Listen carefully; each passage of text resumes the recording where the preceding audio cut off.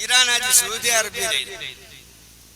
ഇതാണ് ഇതിന്റെ മുമ്പ് ഞാൻ പറഞ്ഞപ്പോ ഇതിനകത്താക്കിയിട്ട് 4 ഭാഗത്തിന്റെ ഒച്ചപ്പാട് ഓരം കച്ചവടത്തി നമുക്ക് പറയാം. ഞാനിനി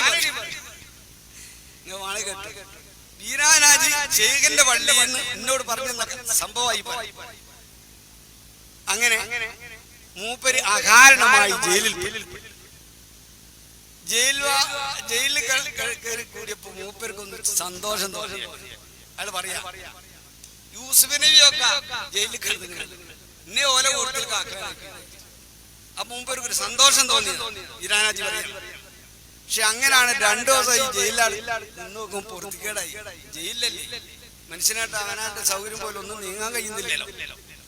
അങ്ങനെയുള്ളൊരു പ്രയാസം വന്നപ്പോ ബീരാനാജി പറയുന്നത് ഞാൻ എന്തിനാ നിങ്ങളെടുത്ത് ഇങ്ങനെ വന്നത്, നിങ്ങളെടുത്ത് ഞാൻ എന്തിനായും വന്നത്, ഞാനിവിടെ ജയിലിൽ കിടന്ന് നിങ്ങൾ കാണില്ല. ഷെയ്ഖുനാനെ വിളിച്ചിട്ട് ചോദിക്കാം സൗദി അറേബ്യ നിങ്ങൾ കാണില്ല എന്നെ ജയിലിൽ, ഞാനൊരു തെറ്റെന്തോ ചെയ്തത്, എന്റെ മരണം വരെ ഇട്ടോട്ടെ, അത് നിങ്ങൾ കണ്ടാലും നിങ്ങൾ പരിഹരിക്കുകയുമാണ്.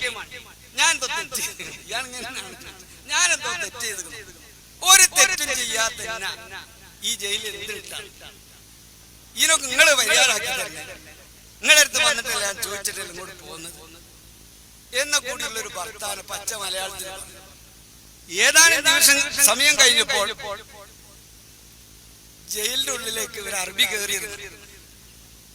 അറബി കയറി വന്ന് ബീരാനാജിന്റെ കൈ നോക്കും ഷെയ്ഖുനെയാണ്. കൈ പിടിച്ച് നേരെ പുറത്തു കൊണ്ടുവന്ന് ഈ ജയിൽ ഇതൊക്കെ നിയന്ത്രിച്ചു കൊണ്ടിരിക്കുന്ന അതിന്റെ ഓഫീസിലേക്ക് കൊണ്ടുപോയി ഇയാളുടെ റിക്കാർഡുകളെല്ലാം എടുത്ത് അത് അങ്ങോട്ട് ക്യാൻസലാക്കി കൈ പിടിച്ച് നേരെ ബീരാനാജിനെ റൂമിൽ കൊണ്ടുപോയി റൂമിൽ അങ്ങോട്ട് കയറ്റി. അങ്ങനെ പിന്നെ ഷെയ്ഖുനായെ കാണുന്നില്ല. ഇതാണ് മോനെ ആ മുത്ത്.